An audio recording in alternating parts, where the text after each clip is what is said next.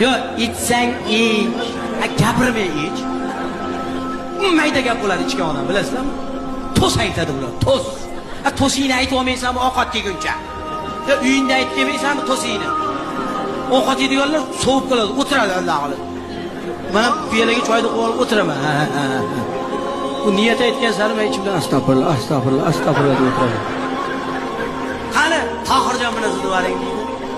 Tohirjon turib gapiradi. Ularda gapi bor. Tohirjonni gapini maqlab qo'yamiz deydi. Endi Boburjon gapirsin deydi. Boburjon ham turib olib 10 minut gapiradi. Xuddi niyati qabul bo'layotganday.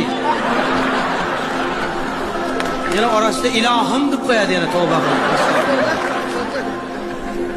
Qani endi Nodirjon gapirsin deydi. Nodirjon gap. O'zi ham shu yerdami deyman.